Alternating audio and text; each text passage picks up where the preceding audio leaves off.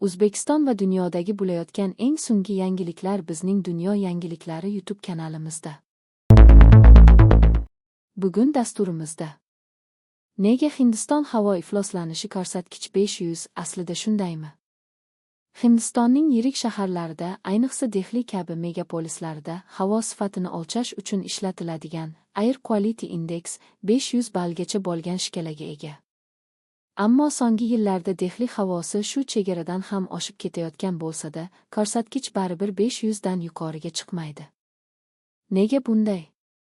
Mutaxassislarning aytishicha, havo sifati indeksi shkalasi xalqaro standartlarga asoslanadi va 500 bu maksimal daraja sifatida belgilangan. 500 dan yuqorisi esa inson salomatligi uchun o'ta xavfli, hatto qisqa muddatning o'zida ham jiddiy zarar yetkazishi mumkin bo'lgan darajani bildiradi. Ya'ni ko'rsatkich 600 yoki 800 bo'lgan taqdirda ham amaliy jihatdan farqi yo'q. Bunday havo barcha uchun xavfli sanaladi. Ammo yana bir sabab bor. Hukumatlar ko'pincha statistikani barqaror ko'rsatish va aholida vahima qo'zg'atmaslik uchun shkalani kengaytirmaydi.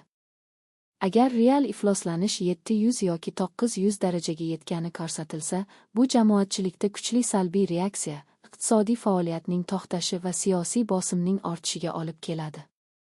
Shuning uchun tizim maksimal raqam sifatida 500 ni qo'yib, undan yuqori bo'lgan shkala qiymatlariga o'tmaydi. Havo ifloslanishining bunday darajada kuchayishiga esa bir nechta omillar sabab. Transportning haddan tashqari ko'pligi, sanoat chiqindilari, ko'mir yoqadigan elektr stansiyalari, shuningdek, har yili kuzda Panjob va Haryana shtatlarida dalalarni yoqish jarayoni. Shu omillar birlashib, aholining nafas olish yo'llariga jiddiy zarar yetkazadigan, ko'plab kasalliklarni kuchaytiradigan yuqori toksik muhitni yuzaga keltiradi. Mutaxassislar havo sifati indeksi shkalasini kengaytirish yoki alohida ogohlantirish darajalarini joriy etish zarurligini aytmoqda. Chunki faqatgina 500 ballni ko'rsatish real xavf darajasini to'liq aks ettirmaydi. Aholi esa bunday kunlarda imkon qadar ko'chaga chiqmaslik, niqoblardan foydalanish va yopiq binolarda havo tozalash moslamalarini ishlatishni tavsiya etiladi.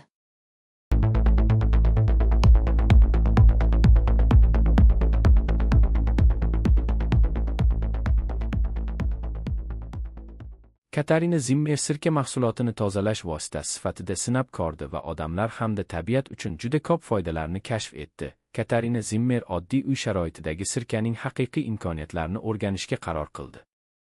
U sirka tozalash vositasi sifatida qanday ishlashini sinab ko'rdi va kutilganidan ham kengroq foydalarni aniqladi.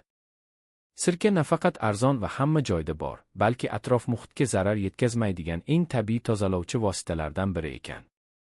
Tajribalarda sirka yog'larni eritish, bakteriya va mikroblarni kamaytirish hamda uy yuzalaridagi axloqni yumshoq tarzda tozalashda juda samarali bo'lishi aniqlandi.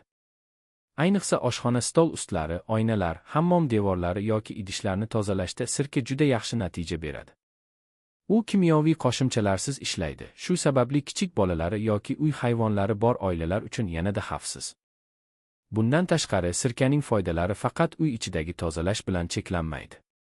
U havoni zararli kimyoviy moddalar bilan ifloslantirmaydi, suv tizimlariga zarar yetkazmaydi va plastik idishlardagi kuchli kimyoviy vositalarga nisbatan ancha ekologik toza variant hisoblanadi. Shuning uchun olimlar va ekologlar buni yer uchun eng qulay tozalash yechimlaridan biri sifatida ko'rmoqda. Katarinaga ko'ra, oddiy iste'molchi kuchli kimyoviy vositalar o'rniga tabiiy alternativalarni qidirayotgan bir paytda, sirka ularga eng maqbul yechim bo'lib chiqishi mumkin. Uyning turli burchaklarida sinalgan tajribalarda sirka ko'plab muammolarga yengil, xavfsiz va samarali javob bo'la olishini ko'rsatdi.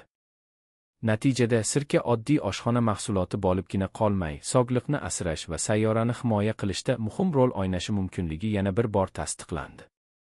Tozalash vositalari orasida shuncha foydani arzon, oddiy va ekologik tarzda bera oladigan yana bir vositani topish qiyin.